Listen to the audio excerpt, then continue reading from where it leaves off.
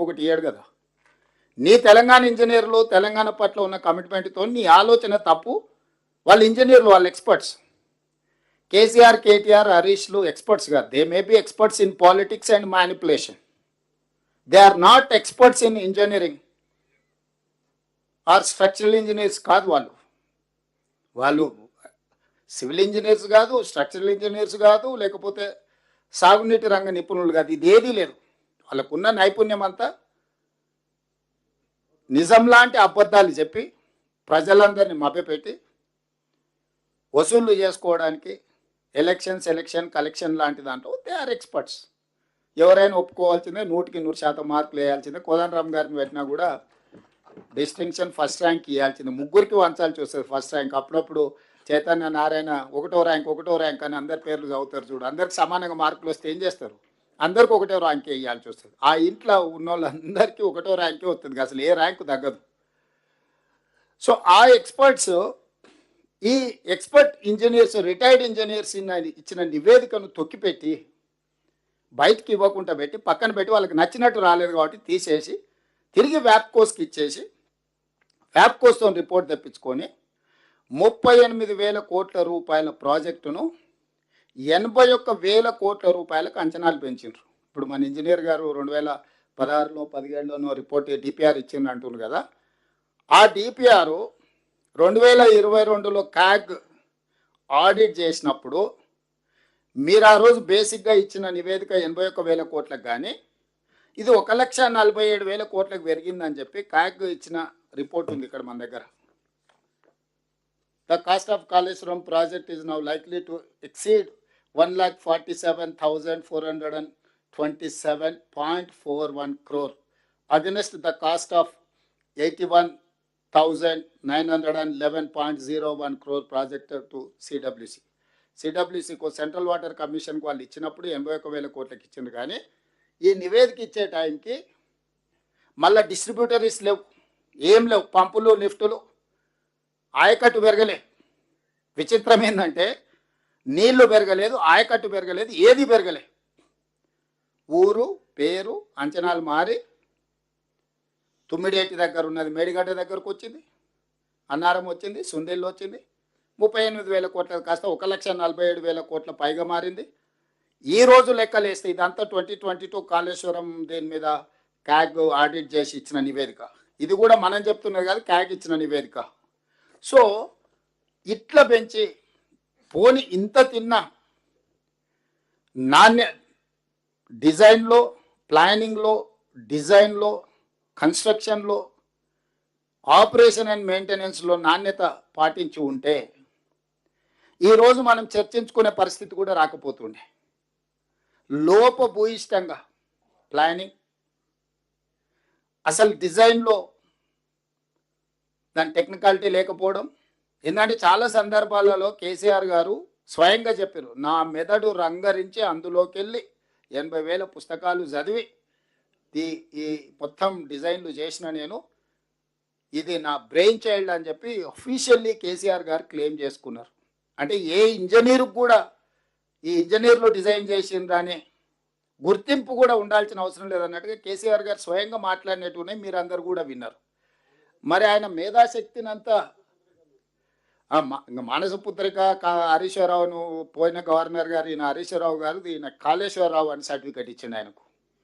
Opening పోయి Narasimhan governor గారు పాపం ఆయగారు ఈయన మాటలు నమ్మి ఈ అబద్ధాల రావులు అని అందరినీ కలిసి. సో నేను అనేది ఏంటంటే ఇన్ని రకాలుగా చేసి ఈరోజు అంచనాలు పెంచి ఈ ప్రాజెక్టు వాళ్ళు మొదలు పెట్టి 2019 జూన్ 21 నాడు ప్రారంభించారు. వీరితో పాటు పక్క రాష్ట్ర ముఖ్యమంత్రి గారిని పిలుచుకున్నారు, యజ్ఞాలు చేసిండు, యాగాలు చేసిండు. ఇవన్నీ చేసిన చిత్తన్ శివుడి మీద భక్తి చెప్పుల మీద ఉన్నట్టు ఆయన ఆలోచనలు ఎంతసేపు ఉన్నా దీంట్లో ఎట్లా కొల్లగొట్టాలనే ఆలోచనతోని హడావిడిగా దీన్ని చేసి దీన్ని ప్రారంభిస్తే ఎగ్జాక్ట్గా రమణారెడ్డి అనే ఒక అధికారి, BV Ramana Reddy, project executive engineer, 18/5/2020 project ఎప్పుడు ప్రారంభించారు? 2019 జూన్ 21 సంవత్సరం తిరిగే లోపలనే క్లియర్గా మేడిగడ్డ బ్యారేజ్ నిర్మాణం లోపాలన్నీ బయటపడ్డాయి. మేడిగడ్డ బ్యారేజ్ వద్ద సీసీ బ్లాక్ల డ్యామేజ్లను వెంటనే సరిచేయాలి. కాలేజ్ అదేవిధంగా ఇందులో రిపేర్ చేయకపోతే ప్రమాదం ఉందని బివి రమణారెడ్డి అని ఒక project executive engineer with in a year project engineer క్లియర్గా ఎలాంటి మిగతా సంస్థలకు లేఖ రాసిండు. అయ్యా మీరు ప్రారంభించిన ప్రాజెక్టు దెబ్బతిన్నది, దీన్ని ఇమ్మీడియట్గా రిపేర్ చేసి రిస్టోర్ చేయకపోతే ఇది మొత్తానికే కొంప మీదకి వస్తుందని అధికారి అప్పుడే గుర్తించండు. ఇదేదో 2023లోనో 2024నో లేకపోతే ఉత్తమ్ కుమార్ రెడ్డి గారు రేవంత్ రెడ్డి గారు గుర్తించింది కాదు.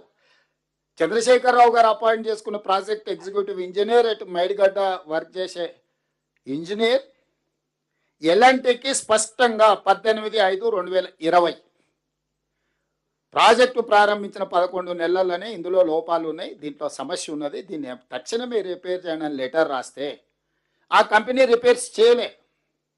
ఎందుకంటే ఇవ్వాల్సిన దానికంటే ఎక్కువ కమిషన్లు ఇచ్చిన ఇంకా ఇదే చేసుడు ఎక్కువ, ఇంకా మళ్ళీ రిపేర్ ఒకటి చేసుకుంటే కూర్చుంటాడా అని చెప్పి వాడు నాకేంది నువ్వు చెప్పేదని వాడు అసలు పట్టించుకోలే. సో ఈ ప్రాజెక్టులో మీ అందరికీ నేను ఇచ్చే సమాచారం ఏంటంటే 19లో ప్రారంభిస్తే 20లోనే సమస్య వచ్చింది. ఇమ్మీడియట్గా దాన్ని రిపేర్ చేయలే. రిపేర్ చేయకపోవడం వల్ల డే బై డే అది పెరిగి పెద్దదై అది పూర్తిగా కుప్పకూలే పరిస్థితి వచ్చింది. దీంట్లో ఈరోజు అదేవిధంగా 20లో అట్లా జరిగింది. ఇప్పుడు కన్నెపల్లి పంప్ హౌస్ దగ్గరకు పోయింది. ఇక కన్నెపల్లి ఎంత సుఖమైందా అంటే 2022 జూలై 14 గోదావరిలో వరద వస్తే కన్నెపల్లి అన్నారం పంప్ హౌజులు రీటైనింగ్ వాల్ పంప్ హౌస్ ఇక్కడ కడితే గోదావరి జలాలు ఇందులోకి రాకుండా గోడ అడ్డం కడితే అది నాణ్యత లేకపోవడం వల్ల కుప్పగూలితే మొత్తం కన్నెపల్లి పంప్ హౌస్ ఫోటోలు చూపిస్తున్నాం మీకు. ఇది నీళ్లు నిండిపోయింది, ఇది లోపల మిషన్లు మొత్తం కెమెరా క్లోజప్ తీసుకురా. ఈరోజు కన్నెపల్లి అని చెప్తున్నాడు కదా, ఇగో ఇది కన్నెపల్లి పంప్ హౌస్.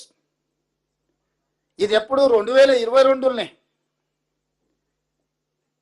ఈ పంప్ హౌస్లకు అడ్డంగా కట్టిన గోడ, నీళ్లు రాకుండా కట్టిన గోడ ఒక్కసారిగా గోదావరి జలాలు ఉధృతి పెరగానే ఆ గోడ కుప్పగూలి మొత్తం నీళ్లు పంప్ హౌస్లోకి వస్తే ఇవి కొన్ని మీటర్ల ఎత్తు నీళ్లు నిండినాయి. ఇది మొత్తం పంపులు లిఫ్టులు మోటార్ల పరిస్థితి ఇది మీకు